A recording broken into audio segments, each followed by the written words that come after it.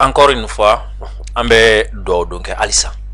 ka tila k'a yira Bankas n'a mara bɛɛ lajɛlen na ko foyi t'an bolo min bɛ se ka situation sigi ka na a sigi togo kɔrɔ la encore une fois de plus donc an bɛ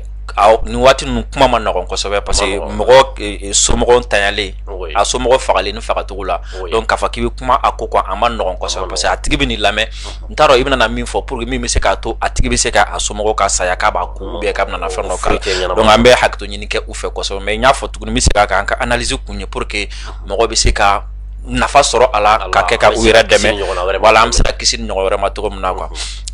d'abord n delila k'a fɔ i ka nin plateau in kan na ko waati o waati ni armée y'a kanu k'a fɔ ko a bɛ wuli a bɛ se tiɲɛnikɛlaw ma ko ka dankari u la walasa k'u si latunu o waati kɔnɔna na tiɲɛnikɛlaw yɛrɛ c'est à dire u firifiritɔ la u nimakaratɔ la u b'a essayer ka ko dɔ kɛ pour que ka yɛrɛ k'a fɔ ko halisa k'u bɛ yan nɔ ensuite fɛn min fana y'u sɔrɔ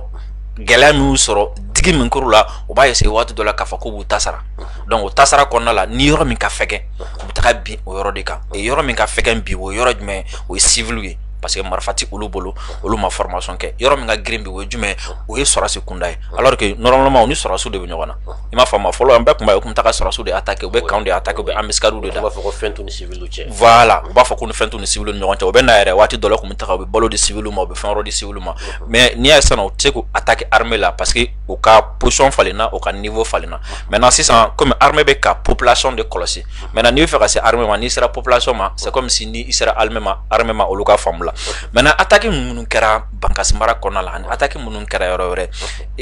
ne ye jateminɛ kɛ k'i yɛrɛ ɲininka mun de nana ni nin ye munna terroriste bɛ ka nin waleya ninnu kɛ tan tɔ quoi munna u ni juguyara fo ka na se nin niveau ma fo ka na mɔgɔw sɔrɔ k'a don mɔgɔ kɔkɔso kɔnɔ ka tasumaw bolo la ka mɔgɔ bololangolo ka marifa ci a la ten k'a faga ne y'a ye k'a fɔ ko fɛn damadɔni bɛ yen nɔ olu de accumulé la ka na se nin yɔrɔ ma fo ka n'a fɔ an filɛ nin ye don min na fo bi a fɔlɔ-fɔlɔ ye jumɛn n b'a daminɛ min na o tɛ a daminɛ exactement mais n bɛ n ka analyse daminɛ min na o ye jumɛn a sigida ninnu caman kɔnɔna la an y'a ye k'a fɔ ko terroristes kɛlen ka gɛlɛya sɔrɔ u selen yɔrɔ caman na u y'a essayer ka alliance kɛ ka accord kɛ u ni sigida mɔgɔw ni ɲɔgɔn cɛ ka bɛnkan kɛ u ni sigida mɔgɔw ni ɲɔgɔn cɛ donc anw bɛ na bon n'a ti fɛ an ka se aw ma bon a bɛ a yɔrɔ jɛn armée la kelen n'a ti fɛ an ka se aw ma a bɛ nin kɛ a bɛ nin kɛ a bɛ nin kɛ a bɛ nin kɛ dɔw sɔnna a ma o waati kɔnɔna la u y'olu to yen dɔw banna a ma u bannen a ma u ye gɛlɛya ta k'u sɛgɛrɛ mais u ka gɛlɛya ma se ka digi kɛ o dara mɔgɔ la donc par fini u ye o yɔrɔ mɔgɔ ninnu to yen mais caman bɛ yen nɔ olu sɔnna ka bɛnkan kɛ u ni comment dire la u ni bingannikɛla ninnu ɲɔgɔn cɛ an y'a mɛn an ka kunnafoni na k'a fɔ ko o don nata in na ko yɔrɔ dɔ tun b'a la bɛnkan tun bɛ u ni mɔgɔ ninnu ni ɲɔgɔn cɛ ko fɔ waati dɔ yɛrɛ sera tellement que terroriste ninnu degera ka na se niveau dɔ la ko u nana yɛrɛ dugula mɔgɔw yɛrɛ yɔrɔ la ko bɛɛ ka mɔgɔ dɔ di u ka don terroriste ka groupe la parce que jama dɔgɔyara mɔgɔ sata cayara ko fɔ ka mɔgɔ di u ka don fɛn na donc an b'a ye k'a fɔ o bɛnkan ninnu kɔlɔlɔ ye jumɛn n'i ye bɛnkan kɛ ni terroriste ni ɲɔgɔn cɛ i bɛ gɛlɛya sɔrɔ fan fila bɛɛ de fɛ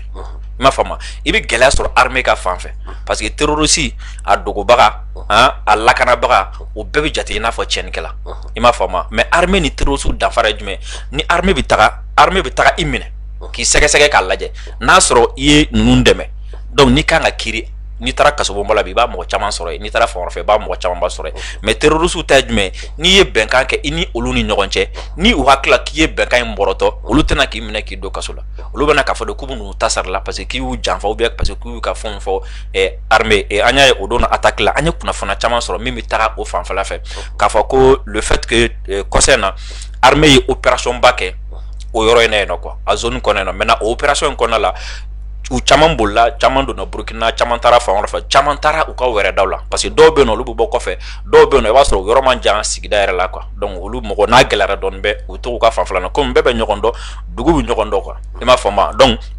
le fait que armée opération kɛ opération bannen donc u ko cette fois-ci n'i y'a ye armée nana opération kɛ k'i b'a sɔrɔ parce que u ka an ye kunnafoni minnu sɔrɔ n'u bɛ taga bɛnkan kɔ u b'a fɔ de a kana an yɔrɔ fɔ sɔrɔsiw ye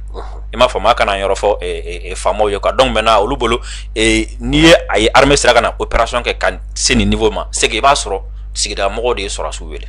i m'a faamu donc comme n'a ma ɲɛ k'u ye sɔrɔsiw wele ka na nin kɛ anw na donc an fana bɛ taga an ta sara an fana bɛ taga an ta sara o la donc n'u nana o la i b'a ye a bɛ kɛ tiɲɛni ba ye quoi donc o ye accord ninnu problème ye a bɛ se ka na ni nin fɛn ninnu ye a filanan ye jumɛn min bɛ se k'u ni juguya u ni gɛlɛya ka se nin ma o ye kɛlɛ minnu bɛ ka tɛmɛ u ni armée ni ɲɔgɔn cɛ u bɛ ka perte yɛrɛ ta ka se niveau min ma i m'a faamu parce que ni perte bonya n'u ka kan na kosɛbɛ dimi bɛ bonya ka taga quoi i m'a faamu c'est comme si ni n'an bilala ɲɔgɔn na sisan quoi ni ne ma se ka tɛgɛ sɔrɔ kelen ka kɛ kelen an ma se ka foyi k'i la i ka dimi tɛ bonya kosɛbɛ mais ni sera ka tɛgɛ kelen k'i la fo k'i jogin i b'a ye i ka dimi bɛ bonya et le fait que tasara dusu bɛ bonya i la kosɛbɛ ka tɛmɛ i n'a fɔ ni ma se ka fɛn k'i kan alors que an bɛɛ b'a dɔn k'a fɔ ko armée ye tiɲɛniba don u kun hali ni zone ninnu yɛrɛ la u ka kan caman cira u ka yɔrɔ caman cira donc o tasara dusu min b'u kɔnɔ k'a fɔ ko anw tɔɔrɔ la an ka mɔgɔ caman sara donc f'an fana ka taga mɔgɔ bɛ nin ko in na mɔgɔ kɛra sababu ye donc f'an fana k'an ta sara a bɛɛ lajɛlen na donc o la i b'a ye n'o dusu in na waati o waati tiɲɛni bɛ bonya an y'a ɲɔgɔn kɛra Nigeria waati min na Boko Haram gɛnna ka bɔ yɔrɔ caman na waati min na ni groupe d'autodéfense commencera ka créer borno yan fan ninnu fɛ ni mɔgɔ commencera ka marifa ta k'u b'u yɛrɛ lakana a waati de Boko Haram donna exaction na kosɛbɛ parce que ko mɔgɔ bɛ ka commencer civil bɛ ka fara Nigeria sɔrɔsiw kan ko k'olu kɛlɛ san na quoi donc fo ka fɛn dɔ kɛ civil la pour que ka mɔgɔ tɔw fari faga olu kana fɔ ko bɛna ɲɔgɔn kɛ tuguni quoi ani olu yɛrɛ perte min ta ko civil fana nɔ b'a la donc u ye tiɲɛni caman kɛ ka dugu jeni ka fɛn caman kɛ donc u bɛ parti min kɛ armée bɛ ka digili min k'u la o bɛ dɔ fara u ka tasara dusu kan kosɛbɛ a dɔ fana ye jumɛn tuguni o ye minnu bɛ se ka na ni nin yɔrɔ ninnu fana ni a bɛ se ka hali armée ka intervention gɛlɛya ni armée dun ka intervention gɛlɛya a b'a to mɔgɔ ninnu bɛ temps sɔrɔ ka se ka u ka tiɲɛni kɛ souvent u fɛrɛ ma ou bien i b'a sɔrɔ armée kan ka na temps min kɔnɔna la a tɛ na o temps kɔnɔna la o ye jumɛn o ye complicité locale ye quoi i m'a fɔ ma mɔgɔ minnu bɛ yen nɔ ni olu yɔrɔ man jan yɔrɔ la kosɛbɛ ni olu bɛ fara tiɲɛnikɛla ninnu kan k'a fɔ k'u bɛna na tiɲɛni kɛ parce que a dɔ la i b'a sɔrɔ u bɛ na tantɔ kana fɔ k'u bɛ ka tiɲɛni kɛ i b'a sɔrɔ mais u ka mɔgɔ dɔ fana bɛ yen nɔ minnu ni u bolo bɛ ɲɔgɔn bolo mais ni mɔgɔw t'u dɔn olu bɛ se ka a kɛ ni armée ko a bɛ na o bɛ armée ka position di i m'a faamu o bɛ armée ka position de o la armée bɛ se ka bin embuscade kɔnɔna la armée bɛ se ka bin fɛn caman kɔnɔna la ou bien ni armée nana k'a bɛna intervention kɛ a bɛ se ka kɛ sababu ye par exemple o don na attaque bɛ ka kɛ dugu kɔnɔna de la donc pour que i ka se ka attaque repousser f'i fana ka na dugumana fɛ maintenant ni kungo kɔnɔna kun don sisan nɔ k'u bɛ k'u to yɔrɔ jan fɛ ka marifa ci i bɛ se ka hélico ta ka taga mugu jugu fili quoi mais n'u ye dugu kɔnɔna sɔrɔ ka don yen nɔ déjà i tɛ se ka bombardement kɛ n'i ye bombardement kɛ civil bɛ sa a nɔfɛ o bɛ se ka armée ka position gɛlɛya donc o la intervention bɛ gɛlɛya o la intervention bɛ gɛlɛya en plus de ça aussi armée fana bɛ se a imaginer k'a fɔ ko yɔrɔ minnu don yɔrɔ caman bɛ yen nɔ yɔrɔ minnu ye alliance yɔrɔ minnu ye accord kɛ ni Bamanci ninnu ye donc n'i bɛna don o zone sugu kɔnɔna na a tɛna fɔ zone min don zone min ye zone neutre ye quoi m'a faamu parce que a tɛna kɛ zone don zone min bɛ yen nɔ ni Bamanci t'a kɔnɔna la parce que ni dugu kelen dugu fila dugu saba ni olu ye accord kɛ ni Bamanci ye donc o dugu kelen fila saba bɛɛ bɛ se ka considérer comme des territoires à risque quoi i m'a faamu ni armée ko a bɛ don yen nɔ il est fort probable que fɛn dɔ k'a sɔrɔ soit u bɛ yɛlɛ mine dɔ kan ou bien fɛn dɔ bɛ se ka donc ni olu dun b'o cogo la a bɛ armée ka intervention a bɛ a gɛlɛya rapidement donc armée bɛ temps ta k'a fɔ ko a bɛna na yɔrɔ zone étudier min fɛn min kɛ o bɛ se ka temps ta donc n'o olu temps tara c'est-à-dire marifatigi jɔlen na a bɛ ka marifa ci mɔgɔw la k'u faga donc n'e ka intervention ma teliya ale bɛ temps sɔrɔ ka se ka fagaliba kɛ et puis surtout ka se ka replier analyse naaninan min fana bɛ yen nɔ o ye jumɛn n'an bɛ se ka min bɛ se ka a ko ninnu juguya ani k'a to fo tiɲɛniba bɛ kɛ tan o ye jumɛn o ye ni armée fana taara opération kɛ yɔrɔ minnu na i m'a faamu par exemple ni zone kelen n'a y'a ta tuguni n y'a fɔ kuma daminɛ la n ko armée kun taara opération kɛ a zone na donc u ye ratissage kɛ u ye tiɲɛniba don ni mɔgɔ ninnu kun maintenant tiɲɛniba donna terroriste kun a bɛ terroriste kɔnɔ ko mɔgɔ dɔ kɔni ye olu yɔrɔ fɔ armée donc terroriste bɛ mun kɛ sisan nɔ u b'u sigi de diɲɛ don o don ni armée y'a sen ta ka bɔ yan an bɛ segin an bɛ taga an ta sara ninnu na donc o jumɛn o ye armée bɛ taga opération kɛ yɔrɔ minnu na il faut que ni opération banna armée ka se ka to a zone na ka zone occuper sinon ni armée ma to a zone na ka zone occuper n'a segira ka taga digi kɛra mɔgɔ ninnu na n'u ma armée sɔrɔ u bɛna fɔ ko n'u ta sara o mɔgɔ ninnu la n'u m'a fɔ k'u farala armée kan ou bien u y'a fɔ k'u donna ta donc an b'a ye k'a fɔ ko le fait que segin min fana kɛra a bɛ a yɔrɔ la mɔgɔw fana a b'u exposer kosɛbɛ mais o yɔrɔ la an ye kibaruya dɔ sɔrɔ k'a fɔ ko le fait que armée taara opération kɛ ko opération in kɔfɛ ko armée kun ye kan yɛrɛ jɔli daminɛ yɔrɔ in na yen nɔ quoi i m'a faamu ko mais ko terroriste tila ka na tuguni ka civil obligé ka a kan ɲi u ye minɛn minnu ni fɛn minnu jɔli daminɛ k'a bɛɛ ci tuguni quoi i m'a faamu et puis o fana gɛlɛya dɔ ye jumɛn tuguni le fait que ni armée taara n'a tilala opération na k'a fɔ ko a bɛna na to zone na ka occuper peut-être problème d'effectif ko bɛ se ka kɛ nɔ min misala surumani dɔ d'i ma sisan nɔ en même même n'a sur ni chiffre officiel tableau pour le moment comme Mali est 22 millions d'habitants mo million mois ani fla ñoko et estimation na nti armée d'ado mais mi misala ta do anga armée ka kem mo 200 000 fin 40 000 éléments bon 40 000 éléments c'est ça non ni yota ka fa ko avec 22 millions ka bo protéger ibita soro si kelon kele ale kanga mo keme duru ani biduru de cloche donc mogo kemeni biduru ni sorasi kelen kan go kolosi ibi taga dugu be no ko abe mogo ba kelen bo i ba sorasi fla de be soro donc c'est comme si wala kuma kun jume ni ko ki armée bla mali fam bela jelen fe ima fama donc c'est comme si wati yoro dola mogo kelen mi ke yoro dola mogo fla bi ke o don adabora la kana min kama atna na se ko ka parce que mogo kelen terroriste mogo kema fla be mogo kema saba i ta atigi re di saya ma quoi donc opposition o ka gelen ko sobe ka fa ko ni wati na armée bi yoro récupérer katla ka ayoro occuper alors que na du yoro do ma ka occuper et représailles bena a ko fait tout quoi donc ami se ka fo et mi se ka violence bonya ani analyse damadon na mi se ka fo nu mi se ka sababu ka terrorisme nu ko ka violence bonya ko sabe et puis surtout ka tla ka daga tugun fana ka fo ko ame wati munu fana na ye attaque fo yoro chamola o jume o ye sadri ini mi nyona ni ma se ki nyeshi otigima ka kele frontalement donc il se ka balka fendo ke fando fe par exemple poste do bi a poste mo man chan ko sobe e bisa kataka marfa do ci no ni sira ka mo kelin soro ka fawla parce que ina fo wira to ba fo to muna e mo do mo mun ka bare ka mo jatige terroriste ma fama o de terroriste ra ko mo min ka bara do ka mo jatige donc a sira ka fagali kaw ama se ka fagali kaw ale be fendo de ke pour que ka aw jatige ka aw bo aw to wala aw be ka sira donc na mo chaman soro abi bien oluka o be mo jatige o be na temetolo na poste min soro ka marfa ke papa abo fana ka mais ni en bela jelenta en tout iba ka fa ko fendo ko nkera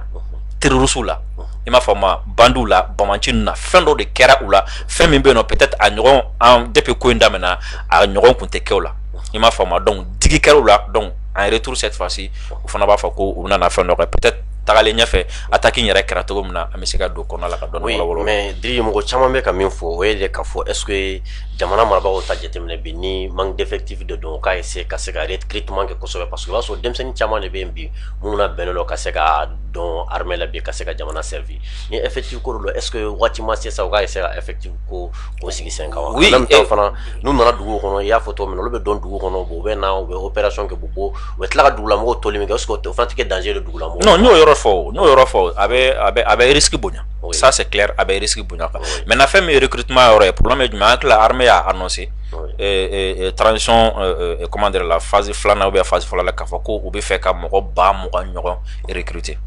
en plus ani autre groupe autodéfense munumbe no olu fana fara armée ka ani DDR bi fana be sena donc ni olu beta ka fara iba sur mo be chaya armée kono ko sobe mais premièrement ambe guerre kono déjà ima fama e jamana chaman be iba so olubi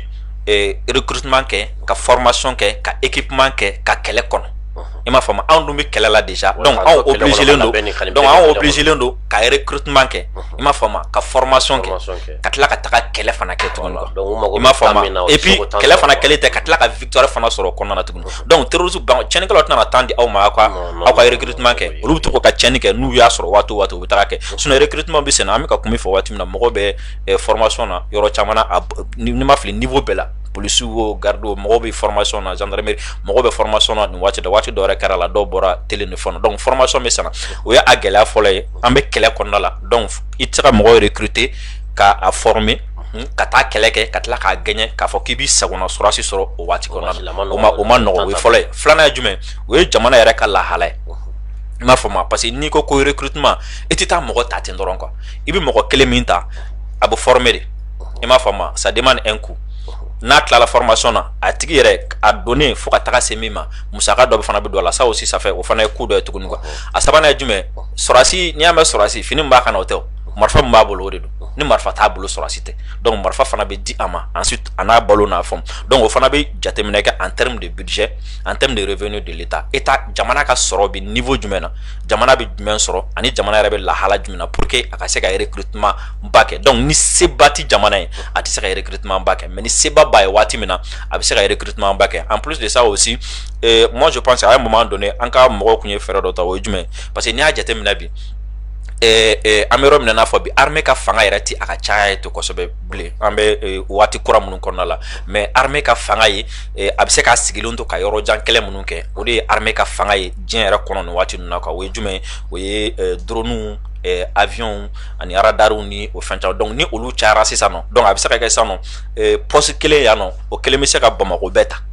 i m'a faamu poste kelen bɛ se ka Segu bɛɛ ta poste kelen bɛ se ka Sikaso bɛɛ ta ainsi de suite fo ka taa kɛ kɛlɛkɛdaga minnu b'an bolo i b'a sɔrɔ poste kelen bɛ se ka a bɛɛ ta ni jumɛn i b'a sɔrɔ on a suffisamment de vecteurs aériens ka se ka bombardement kɛ k'an to a nɔ la u bɛ se ka wuli fana ka taga teliya la ka bombardement ni fɛnw kɛ ka segin mais an bɛ don min na i n'a fɔ bi an ka fɛn an ka armée la avion caman b'an bolo mais an ma se jamana dɔ ka niveau la fɔlɔ k'a fɔ ko on a suffisamment k'a fɔ ko Mali région kelen o kelen a bɛɛ lajɛlen n'a ka kan don suffisamment armé parce que i ye a fɔ i ka kuma kɔnɔ kuma daminɛ la o ti mɔgɔ ninnu bɛ attaque cogo min na u t'a fɔ k'an bɛ taga yan ta kɛ bi ka taga yen fɛ ta kɛ sini quoi i m'a faamu i b'a sɔrɔ mɔgɔ 10 bɛ taga yen ta kɛ en même temps mɔgɔ 3 bɛ taga yen fɛ en même temps mɔgɔ 100 bɛ taga yen fɛ donc u bɛ se ka a 5 6 kɛ ɲɔgɔn fɛ i m'a faamu an dun avion 100 tɛ anw bolo avion 200 tɛ anw bolo donc i b'a sɔrɔ n'i ko k'i bɛna tila o bɛɛ ni ɲɔgɔn cɛ o don kelen i b'a sɔrɔ yɔrɔ dɔ bɛ to i tɛna se ka moyen sɔrɔ donc armée fanga ye min ye waati kura nin kɔnɔna la o ye vecteur aérien donc n'an sera ka an dun ka jamana bɛ ka continuer jusqu'à présent o de la n y'a fɔ n ko an bɛ ka an bɛ kɛlɛ kɔnɔ en même temps an bɛ ka recrutement kɛ en même temps an bɛ ka formation kɛ en même temps an bɛ ka équipement kɛ en même temps an bɛ ka tila ka taa ka kɛlɛ fana kɛ et an bɛ ka to ka fɛn dɔ sɔrɔ a kɔnɔna la quoi donc vous voyez que a ma nɔgɔn kosɛbɛ k'a fɔ ko k'i to kɛlɛ la ka se ka fɛn caman bɛ yen nɔ i bɛ se ka a sɔrɔ cogo min na quoi maintenant kuma ninnu kun ye jumɛn o ye mɔgɔw ka se ka fɛɛrɛ tigɛ surtout jamana ɲɛmɔgɔw yɛrɛ ka se ka fɛɛrɛ tigɛ population bɛ se ka lakana cogo min na ani population yɛrɛ bɛ se k'a yɛrɛ lakana cogo min na pour que an bɛ se ka nin fɛn ninnu nin tiɲɛni ninnu éviter cogo min na mais Drissa an ye a ta ka jateminɛ sisan a fɔra ka fɔ nin kalo kɔnɔ le 29 de ce mois MINUSMA ka mandat yɛrɛ c'est-à-dire ale k'a ka jateminɛ a renouvellement ko kuma bɛ sen na bon attaque fana bɛ ka caya kosɛbɛ est ce que an t'a jateminɛ ni MINUSMA ka mandat bɛ se ka renouveler au moins o fana ka se ka kɛ kɛlɛkɛma dɔw ye o ka fisa o ka to nin position na tan n ɲinana paramètre dɔ yɛrɛ kɔ depuis kuma daminɛ n kan k'o paramètre fɔ o paramètre jumɛn ni hakili b'a la kɔsa in na mɔgɔ 2 kumana français 2 kumana a fɔlɔ o ye faransi sénat kɔnɔna la sénateur min ɲɛsinnen don défense ma a ko Mali ye faransi lamaloya ko le Mali va payer cher i m'a faamu le Mali va payer cher ko Mali ye faransi lamaloya an y'u ka ambassadeur gɛn an ko k'u ka sɔrɔsiw ka taa donc ko Mali tɛna o ɲɔgɔn jɔjugu fili ji la tuguni quoi Faransi donc i tɛna ɲɔgɔn jɔjugu fili ji la k'i to kɛlɛ la kɔrɔ ye jumɛn soit an b'i ka kɛlɛ ɲaga soit an bɛ dɔ fara i ni minnu bɛ kɛlɛ kan n bɛ dɔ fara olu fanga kan ou bien n yɛrɛ bɛ taa n kɛ ka k'i kɛlɛ et an dun y'a ye o waati de depuis a y'o kuma fɔ fo bi attaque cayara fan o fan a filanan ye jumɛn o ye u ka armée ka journaliste dɔ ye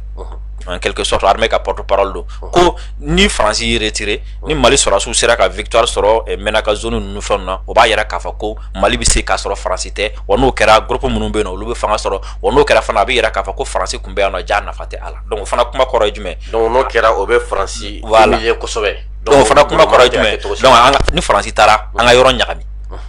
i m'a faamu a sabanan ye jumɛn o ye MINUSMA fana ka mandat kan ka renouveler alors que u y'a fɔ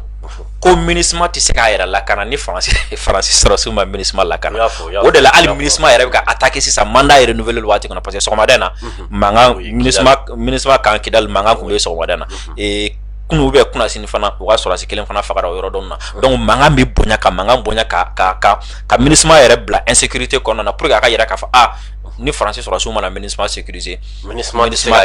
se ka to a kelen o fila jumɛn o ye k'a yira fana MINUSMA ka mandat ye renouveler nin fana filɛ nin tiɲɛ yɛrɛ la MINUSMA jɔyɔrɔ bɛ a la a kan ka renouveler parce que n'a ye Mali to a yɛrɛ ma Mali kelen tɛ se k'a kɛ i m'a faamu donc olu bɛɛ la o paramètre ninnu bɛɛ bɛ taa en compte kan maintenant fɛn min MINUSMA ka mandat ye renouveler le 29 moi je pense que pour le moment blocage bɛ yen mais dans les jours à venir an t'a dɔn o bɛna na mécanisme ni fɛn minnu sɔrɔ mais pour le moment blocage bɛ yen et puis an b'a dɔn fana k'a fɔ ni mɔgɔ min y'a jateminɛ san o san MINUSMA et surtout juin kalo kɔnɔna na MINUSMA ka mandat ye renouveler waati san o san a attaque bɛ caya mais Dri e yɛrɛ bolo mun de b'o expliquer i bɛ se ka mun de b'o expliquer dɔwɛrɛ tɛ c'est pour expliquer c'est pour que ka MINUSMA ka mandat expliquer quoi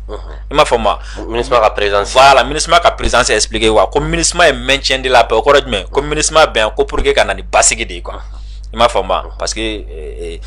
ni ye tubabukan na n'i ye paix ta yɛrɛ k'a lajɛ minɛ basigi de ko don quoi i m'a faamu i bɛ se k'a fɔ bɛn mais basigi de ko don quoi donc MINUSMA bɛn pour que ka na ni basigi de ye quoi i m'a faamu ni MINUSMA ta waati sera ni basigibaliya nana u bɛ mun kɛ sisan nɔ MINUSMA ka to yen halisa mago b'a la pour que basigi ka na halisa en même temps MINUSMA fana bɛ ka attaquer MINUSMA donc ko ni France ale tɛ se ka ale fana tɛ se ka yɛrɛ la France fana ka présidence donc voilà donc bɛɛ pour que ka France ka présidence ka renforcer k'a yira halisa Mali ye France gɛn tiɲɛ don mais fo France ka to yan France yɛrɛ m'a don concert na u y'a fɔ Nations Unies la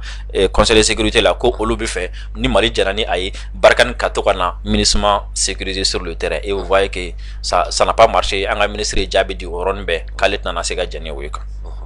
D'accord, Drissa halisa an bɛ avancer mais an bɛ ka fɔ waati min na est-ce que nin terroriste ni jamakulu de bɛ taa nin kɛ wa ou bien mɔgɔ kelen mɔgɔ fila de bɛ se ka nin kɛ est-ce que jamana bɛ yɔrɔ min na bi ni est-ce que se bɛ jamana ye ka se ka nin attaque misɛnmanin ninnu bali terroriste kɛlɛ la. Non an t'a fɔ se tɛ jamana ye. Parce que i b'a dɔn kɛlɛ ye fɛɛrɛ de ye quoi n'i bɛ kɛlɛ kɔnɔ ka taga bɛɛ i bɛ fɛɛrɛw sɔrɔ ka taga n'i bɛ kɛlɛ kɔnɔ ka o de la an b'an sigi an bɛ kuma pour que an bɛ fɛn minnu fɔ a bɛ se ka kɛ dɔ bɛ ɲɛ o la armée bɛ se ka ta ka baara kɛ armée bɛ se ka ta ka baara kɛ n'a ye mais n'i ye attaque ninnu ta dɔw ye jamamaw ye dɔw tɛ jamamaw ye an bɛ Bankasi ka min ni an y'a fɔ exactement n y'a f'i ye n ko mɔgɔ ninnu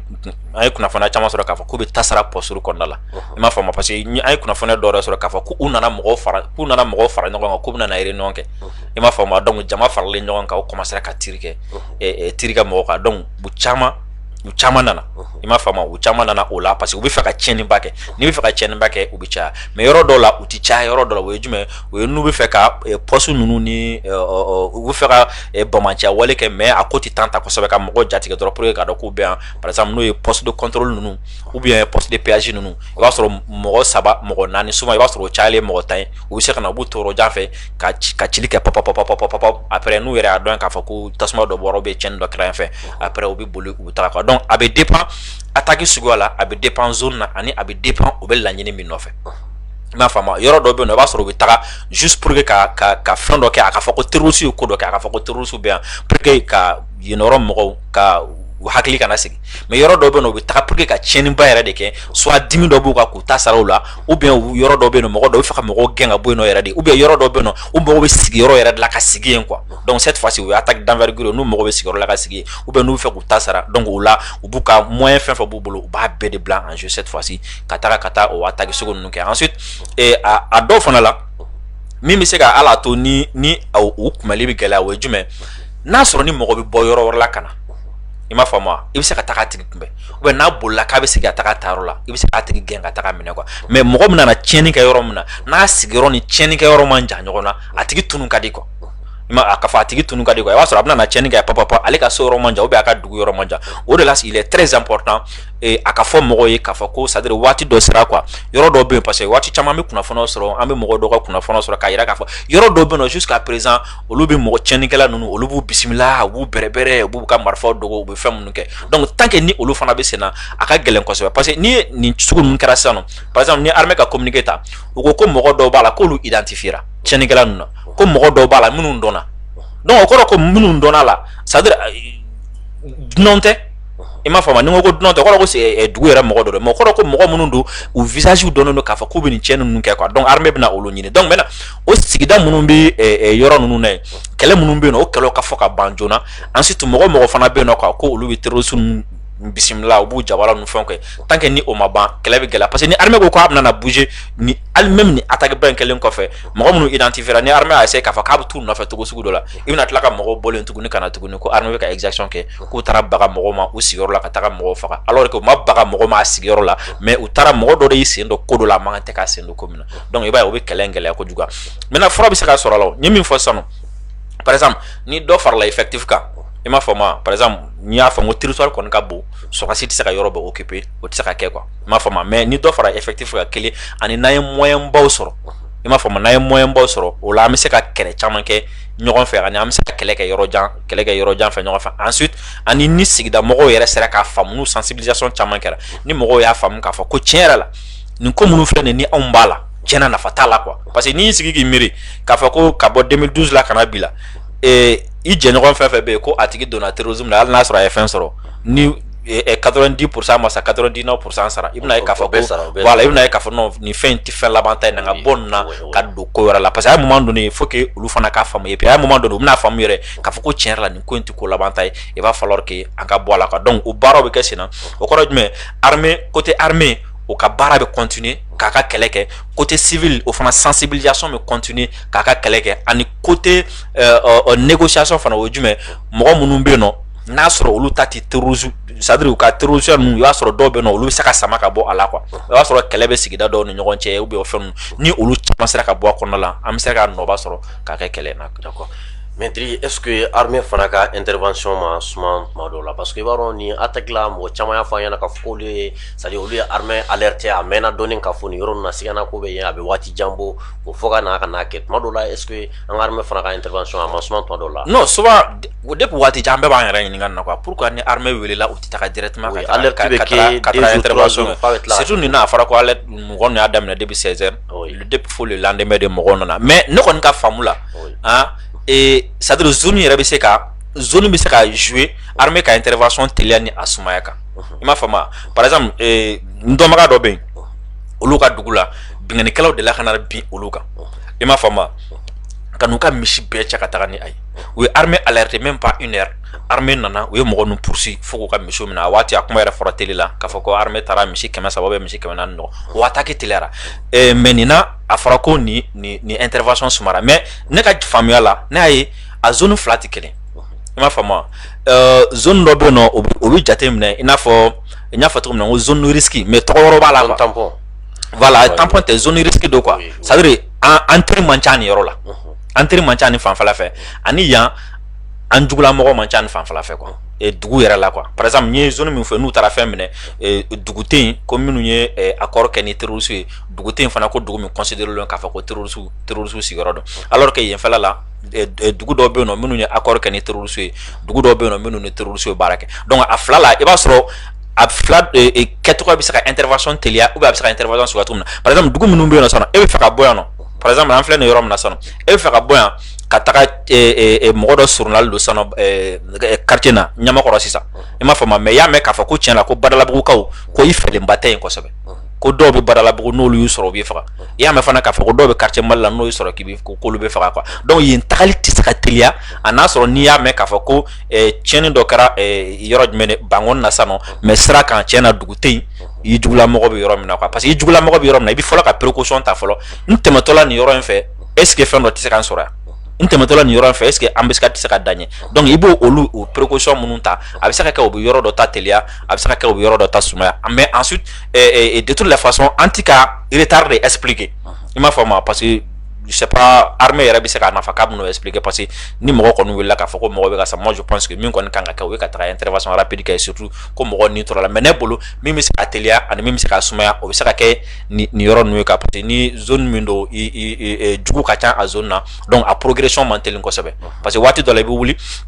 e min bɛ wuli k'e bɛ taga mɔgɔ dɔ lakana ni m'i tɔgɔ dɔn e yɛrɛ bɛ ka tabi juguya la ka tɛmɛ mɔgɔ min bɛ fɛn kan kosɛbɛ an dun y'a yɔrɔ caman na armée bɛ wuli k'a bɛ taga intervention na hali kɔsa n'a kɛra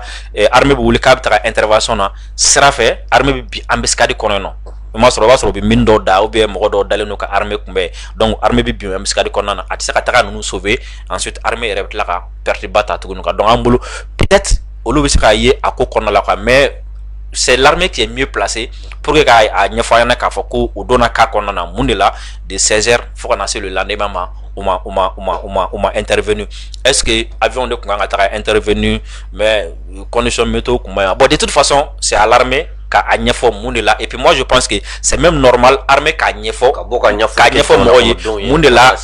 intervention ma teliya parce que mɔgɔw ka weleli kɛ depuis 16h fo le lendemain fo k'u to yen nɔ mɔgɔ kɔrɔkɛ n'u dɔgɔninw n'u fɛnw ka sa nin niveau in na n'i ma fɛn dɔ f'u ye fɛn min bɛ se ka au moins hali a tɛ su lawuli mais n'u ye fɛn dɔ mɛn fɛn min bɛ se ka to tiɲɛ na u b'a fɔ bon tiɲɛ yɛrɛ la a kun b'i kɔnɔ ka na hɛn mais fɛn dɔ de y'i bali fɛn min n'i seko kun t'a la quoi o fana bɛ ka fo o bɛ fo mɔgɔw la kosɛbɛ ka tɛmɛ u k'u daden ten u kana na foyi fa kɔnɔna la d'accord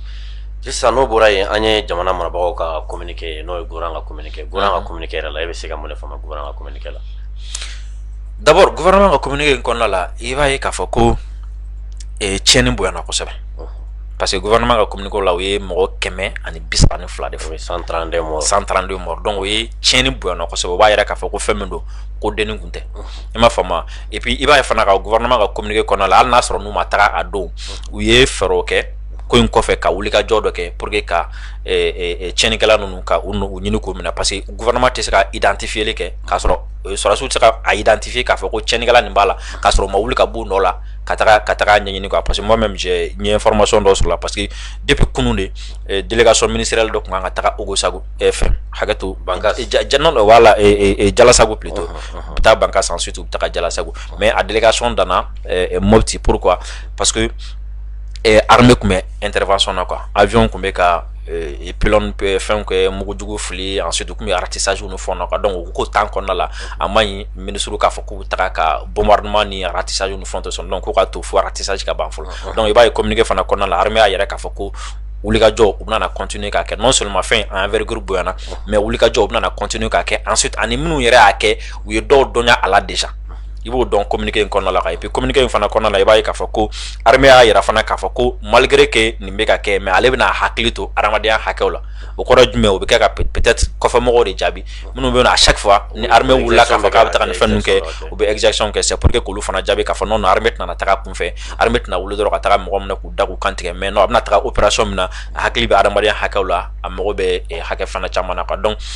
communiqué in kɔnɔna la n'i y'a ta i bɛ se ka nin fɛn damadɔ ninnu sɔrɔ a kɔnɔna la ensuite i b'a ye fana k'a fɔ ko armée bi fɛ fana mɔgɔw ka to dusukun ni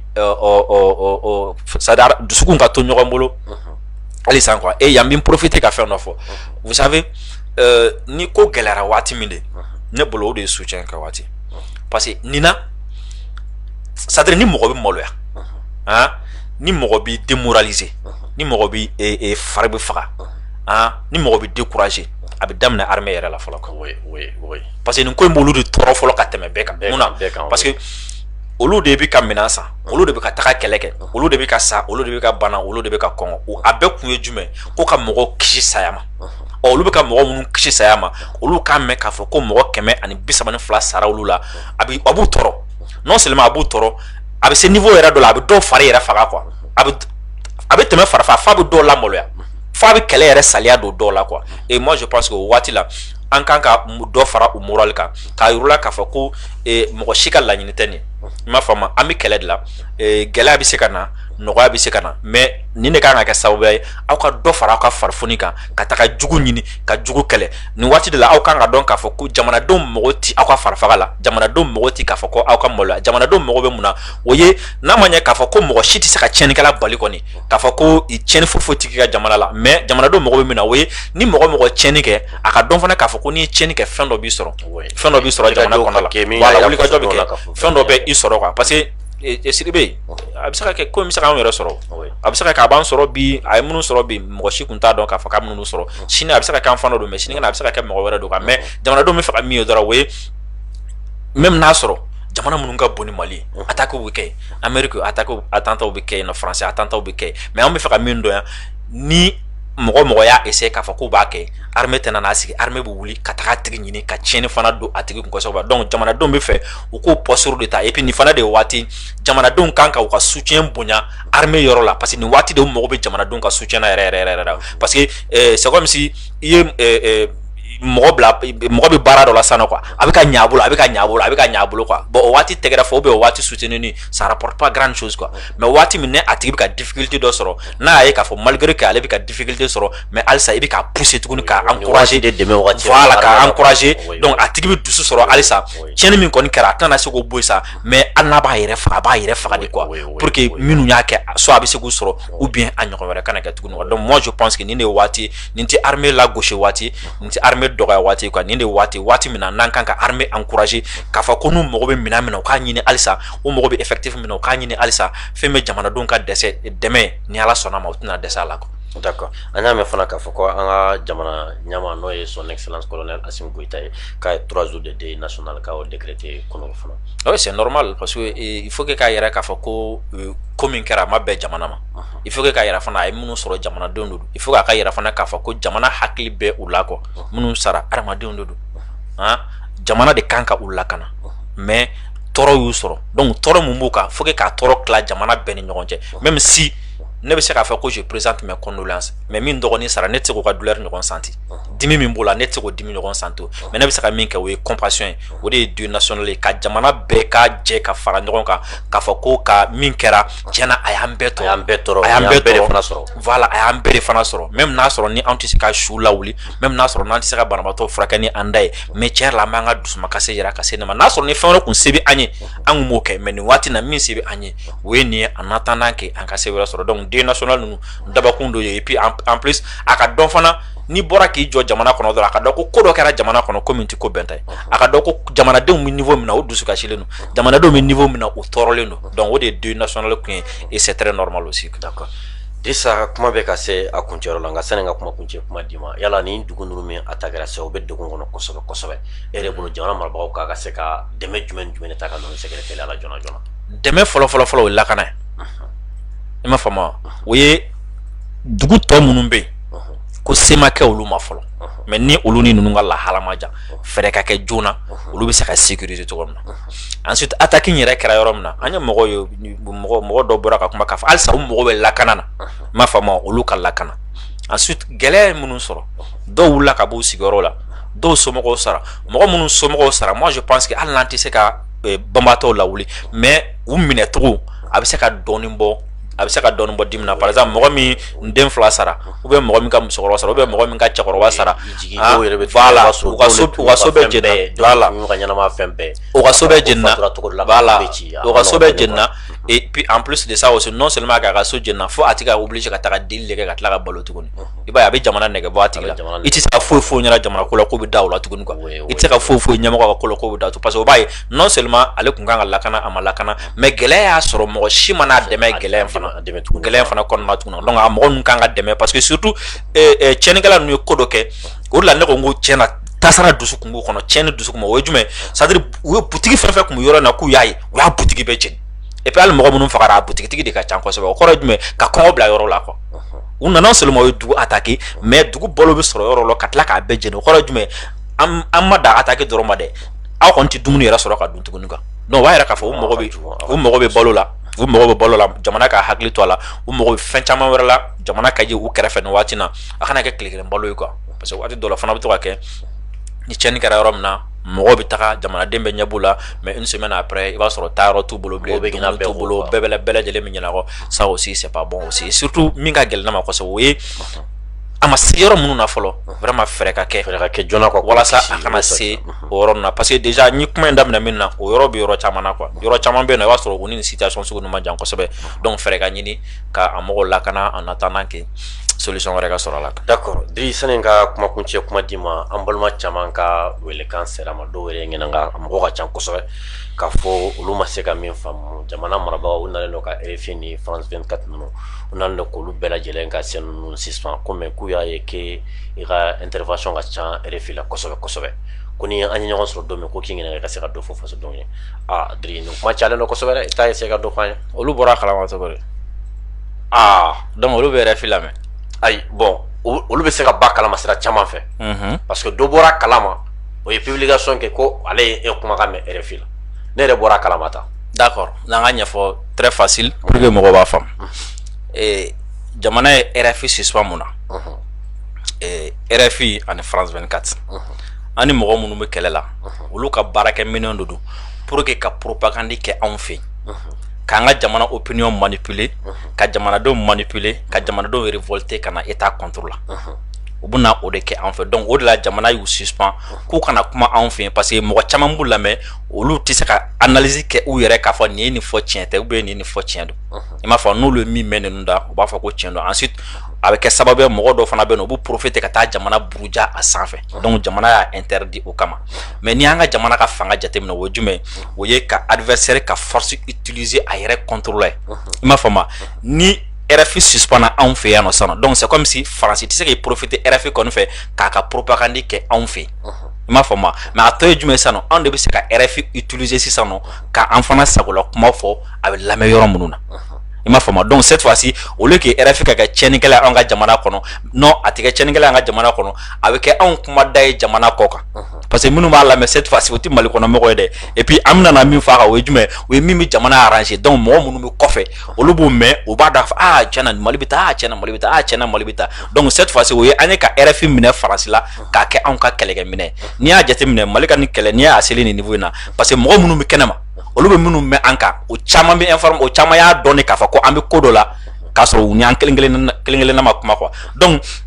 a bɛ kɛ sababu ye halisa an bɛ dɔ de sɔrɔ o jama la ka fara an ka jama la k'a sɔrɔ fɛn ma bɔ a la, parce que olu bɛ taga juguman dɔrɔn de fɔ anw kan, mais n'anw bɛ mun fɔ n'o bɛ lamɛn kɔfɛ o de bɛ anw nafa quoi. Mais olu bɛna tiɲɛni min fɔ kɔnɔna la, c'est comme si i jugu n'i sera k'i ka i jugu ka yɔrɔ sɔrɔ k'i ta fɔ ye, i bɛ dɔ de sɔrɔ ka bɔ a ka jama la ka gɛrɛ i yɛrɛ la quoi. Donc min don i bɛ a tigi ka force de utiliser a tigi contre la, comme ko réseau ba b'olu bolo u bɛ communication kɛ, mɔgɔ caman b'u lamɛn, comme u tɛna se ka tiɲɛni kɔni k'anw fɛ yen, mais mɔgɔ minnu b'u lamɛn anw fana b'an ka message di olu ma à travers olu. Donc jɔnw bɛ gagner sisan, anw de bɛ gagner, anw de bɛ gagner. O de la waati dɔ la n bɛ tila k'a fɔ mɔgɔ ye n ko kɛlɛ la waati dɔ la bolokuru fili bɛ yen, waati dɔ la hakili bɛ kɛ ka hakili bɛ kɛ ka baara kɛ quoi. N bɛna misaliya dɔ d'i ma, comment dirais la Faransi ni fɛn Ukraine ni Russie ka kɛlɛ la sisan nɔ, Faransi ye Russie ka chaîne dɔ bɛ yen nɔ RT Faransi, u y'a tigɛ Faransi kɔnɔna la mun na, parce que ko RT Faransi bɛ min fɔ a bɛ Faransi a bɛ Russie arranger a tɛ Faransi arranger, donc a tɛ fɔ Faransi, mais Faransi yɛrɛ bɛ communiquer RT Faransi la a bɛ bɔ kɛnɛma pour que Russie k'a mɛn olu bɛ ka min fɔ quoi. Donc RFI bɛ min fɔ Mali la o ti Mali arranger, mais min bɛ Mali arranger anw b'o fɔ RFI la kɛnɛma mɔgɔw b'o mɛn qui gagne. Non Mali de bɛ gagner, c'est le Mali de bɛ gagner, voilà c'est le Mali qui gagne. O de la hali waati dɔ la i b'a ye an ka ministre dɔw ni fɛn dɔ kumana la mɔgɔw bɛ ka ɲininkali ni fɛn kɛ, non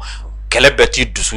ti dusu ye quoi. Waati dɔ la i jugu fɛ yen i bɛ se ka taga i nafama fɛn dɔ ta i jugu fɛ. N nana misala min fara kan o ye jumɛn, maliyɛn minnu bɛ yen nɔ bi n'u bɛ bɔ Faransi ka manifester, i b'a dɔn Faransi kɔni ka bon ni RFI o, ani Faransi de tɛ kɛlɛ la, mais maliyɛn minnu bɛ Faransi u ma na dɛ, mais u bɛ manifester Faransi de, a kun ye jumɛn, pour que Français k'a dɔn k'a fɔ réellement ko nin b'a nin kan, u bɛ ka ko dɔ kɛ Mali la, mais aw ka ɲɛmɔgɔ tɛna n'a fɔ aw ye yan, anw yɛrɛ bɛ min ye maliyɛnw ni anw bɛ Faransi yan anw bɛ bɔ k'a yɛrɛ la k'a fɔ ko dɔ bɛ ka kɛ anw fɛ yen nɔ a man di anw ye, i m'a faamu, o ye jumɛn, c'est la communication non. Donc olu b'u to Faransi ye ka manifester Faransi contre la, donc Faransiw b'a dɔn ja fɛn fɛn minnu bɛ ka na fɔ an ye a bɛɛ tɛ dɔrɔn k'a fɔ ko an ka ɲɛmɔgɔ bɛ ka nin dilan u ka nin dilan, voilà ja tiɲɛ wɛrɛ fana bɛ yen min ni tɛ kelen ye, i m'a faamu. Donc ni fana y'i ka information passer olu fɛ, c'est comme si n'i bɔra ka manifester Faransi quoi, i m'a faamu. C'est la même chose, i bɛ jamana ka hakili la ani jamana ka kunkilenna i b'o de véhiculer dɔrɔn, parce que an bɛ kɛlɛ min na guerre d'information de don, n'i sera ka kanu o kanu sɔrɔ kunnafoni ligne min b'i bolo k'i ka ligne défend, n'i y'a défend mɔgɔ dɔ de b'a mɛn, i bɛ mɔgɔ dɔ convaincre ka fara i ka jama kan, mais mɔgɔ bɛ yen n'a bɛ fɛ ka tiɲɛni de ladon i kun, n'i bɛ se togo togo k'o tigi daminɛ i fɛ yen i b'o daminɛ i fɛ yen. Mɔgɔ bɛ ka nin kuma fɔ normalement Faransi de tun kan ka kɛlɛ kɛ RFI la ko mun na k'a b'a tɔ bɛ kuma, ko parce que a ye an suspend aw ka jama, voilà par exemple ne interview fila min kɛ, interview fɔlɔ la u ye ɲininkali kɛ, ne y'a f'u ye k'a fɔ n ko Mali comment dire la n ko sanction min bɛ Mali kan n ko mɔgɔ si tɛ cɛ tɛ muso tɛ Faransi de don, n ko Faransi de ye CEDEAO bila la a ka Mali sanctionner, parce que n ko Florent Parly yɛrɛ bɔra k'a fɔ ko u bɛna na fɛn dɔ fɔ, n ko et puis Emmanuel Macron yɛrɛ bɔra k'a fɔ ko ale ye Ghana président wele k'a fɔ ko Mali ye u ka radio ni télé dɔ gɛn k'u ka fɛɛrɛ dɔ ta Mali kama, donc o b'a yɛrɛ k'a fɔ gɛlɛya fɛn fɛn bɛ Mali kan Faransi de nɔ don. i y'o fɔ RFI yɛrɛ de sanfɛ, ne y'o fɔ RFI yɛrɛ de sanfɛ. Donc ni Faransi y'o mɛn ou bien ni jamana wɛrɛ mɔgɔw y'o mɛn olu bɛna dɔn k'a fɔ Faransi de tiɲɛni don, Faransi de tiɲɛni don Mali kun, et puis hali sisan an filɛ nin laban min kɛra ni mɔgɔw y'a ta o ye jumɛn, o ye comment dire la tɔgɔ wele filɛ kɔnɔ loi électorale nin votera don min na, i m'a faamu, loi électorale nin votera don min na Faransi u kun bɛ ka bɔ k'a yɛrɛ de k'a kɛ n'a fɔ comme si ni Mali kɔnɔ mɔgɔ ye marifa ta ɲɔgɔn kama déjà quoi, i m'a faamu. i n'a fɔ a kɛra n'o mankanba ye Mali kɔnɔ fo ɲɔgɔn fanga bonya, voilà ne mun fɔ ne ko n ko an ka jamana ɲɛmɔgɔw ka tellement que u haminen don jamana ka ɲɛtaga la, tellement que u bɛ fɛ élection ɲuman ka kɛ, n k'o de la mankan cayara CNT kɔnɔna na, parce que u bɛɛ lajɛlen bɛ fɛ ka bɔ ni fɛn bɛ jamana nafa, sinon kɛlɛ tɛ yen nɔ foyi tɛ yen.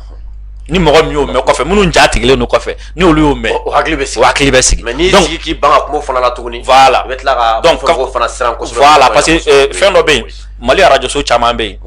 olu ti sɔrɔ Côte d'Ivoire a ti sɔrɔ Sénégal a ti sɔrɔ Guinée a ti sɔrɔ Canada a ti sɔrɔ yen fɛ quoi donc minnu fana bɛ se ka bɔ kɛnɛma n'an bɛ se ka kunnafoni min n'an bɛ se ka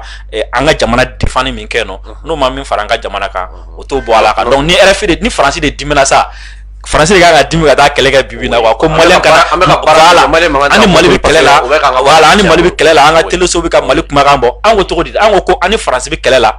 ani France bɛ kɛlɛ la France téléw bɛ kana France défend fo Mali la yan donc n'anw sera k'o bali donc France ti défend Mali la a tɔ ye jumɛn non France tɛ gosi Mali de bɛ défend France a banna très simple dirika kuma kuncɛ kuma min an b'i fo kosɛbɛ ka dugawu don kɛ halisa sebaga ye Ala ka di an ma an bɛ kuma minnu fana fɔ n bɛ se ka dabakun de walasa mɔgɔw ka se ka faamu u ka baara kɛ ni a ye jamana bɛ se ka basigi cogo min na mɔgɔ ko dɔn bɛ mais i ko bɛ dɔn tɛ hakili limitelen don hadamaden ye jɔn ye donc ni fili bɛ yɔrɔ min na mɔgɔw k'olu faamu mɔgɔ ɲɛkɛtɔla bɛ se ka fɛn dɔ tiɲɛ k'a sɔrɔ i ma bɔ a kalama quoi i m'a faamu et puis an ye denmisɛnninw de ye quoi san 20 an ma taga yɔrɔ la i tɛ denmisɛnnin yɛrɛ voilà donc filiw bɛ se ka na waati bɛɛ donc mɔgɔw k'o faamu ensuite n bɛ kuma banni min o ye jumɛn Sidibe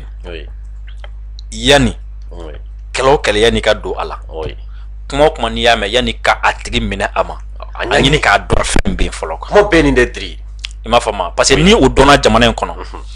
ni i ye journaliste ka baara dɔn yan n'a kumana i t'a tɔɔrɔ i ti dumuni misaliya jumɛn e ka baara ye ka ne ɲininka ne mɔlɔra ka ne ɲininka ou bien ne sarala ka ne ɲininka ne bɛ kunnafoni di cogo di a ka gɛlɛn kosɛbɛ parce que kunnafoniya dɔ bɛ pour que ne ka se k'a di fo e ka ɲininkali sugu dɔw de kɛ i m'a faamu ni e ma ɲininkali sugu dɔw kɛ ne tɛ se k'a jaabi o ne dun ma a jaabi di mɔgɔw bɛ to kun fana donc jamana fana kɔnɔ bɛɛ n'a ka baara don o togoya kelen de la institution bɛɛ n'a ka baara don ministre bɛɛ n'a ka baara don sɔrɔdasi n'a ka baara don bɛɛ n'a ka baara don o togoya kelen donc f'an k'a to fana bɛɛ k'a ka baara kɛ a kɛcogo la bɛɛ k'a ka baara kɛ a kɛcogo la bɛɛ k'a ka baara kɛ librement wa an ka bɛɛ ka baara ɲini k'a dɔn yan parce que n'i ma mɔgɔ min ka baara ɲini k'a dɔn yan i bɛ se ka dimi a tigi kɔrɔ a tigi bɛ taa kuma dɔ mɛn parce que tiɲɛ yɛrɛ la waati caman na an bɛ kuma mɛn mɔgɔ minnu da o t'a fɔ an ye pour que an ka faamu mais caman bɛna fɔ an ye pour que an ka far'u kan de c'est une grande différence communication kɔnɔna la quoi ni mɔgɔ bɛ ka kuma i fɛ walasa i ka fara a kan a n'a bɛ ka kuma i fɛ walasa i ka faamu kelen tɛ voilà kelen tɛ voilà donc an ka dɔn k'a fɔ ni mɔgɔ bɛ ka kuma an fɛ an ka nin différence ɲini ka bɔ ɲɔgɔn na yanni an ka taga fara mɔgɔ dɔw ka kɛlɛ kɛ parce que waati dɔ la mɔgɔ dɔw b'i wele cɛ i b'a fɔ ko mun de kɛra bon u y'a fɔ voilà o de kɛ min y'a fɔ ale ɲɛna o b'a fɛ ale ka fara kan ka taa kɛlɛ dɔ kɛ bon n'e dun y'a faamu e yɛrɛ bɛ se k'o tigi bɔ fili la quoi parce que mɔgɔw fana sɔmina peut-être ne bɛna nin fɔ a man di kumakɛlaw ye kumakɛla caman sɔmina k'a fɔ ko i bɛ se ka mɔgɔ sɔrɔ k'u fara kan k'i ka kɛlɛ kɛ k'a sɔrɔ hali ni jo tɛ a la donc u bɛ taga mɔgɔ ɲini tɛ quoi non tiɲɛ tɛ cɛ caman bɛ kuma cɛn ɲinini tɛ cɛn défendre tɛ mais ka mɔgɔ sɔrɔ ka fara an kan ka taa n yɛrɛ ka kɛlɛ kɛ ni a ye bon n'o de kɛra o de ka jugu jamana ma kosɛbɛ après i b'a fɔ k'a tigi a cunni ye k'a sɔrɔ a ma cunni ye dɛ i tun m'a faamu dɛ ayi dɛ o ko tɛ dɛ a ma pan ye yɛrɛ ma pan ni mɔgɔ panna ni ye dɛ a bɛ cunni ye kɛ ale b'a nɔ la a ma pan de e ko k'a cunni parce que e de tora ka fɛn dɔ la e ma fɛn min faamu donc ale bɛ ka min ɲini ale bɛ k'o de sɔrɔ donc après i m'a faamu non ni Ala sɔnna diri an bɛna nin yɔrɔ ninnu ɲini k'a dɔn an bɛna nin yɔrɔ fɔ voilà fasodenw ka se k'a dɔn bɛɛ lajɛlen n'i ka baara de dɔn an b'a fɔ aw ye bi sigi tun ye attaque minnu bɛ ka kɛ Mali kɔnɔ sisan ani an ka jamana marabagaw ye communiqué min kɛ an ka maa welelen tun ye Dirisa Mɛmɛnta ye Yɛrɛwolo debout sur les remparts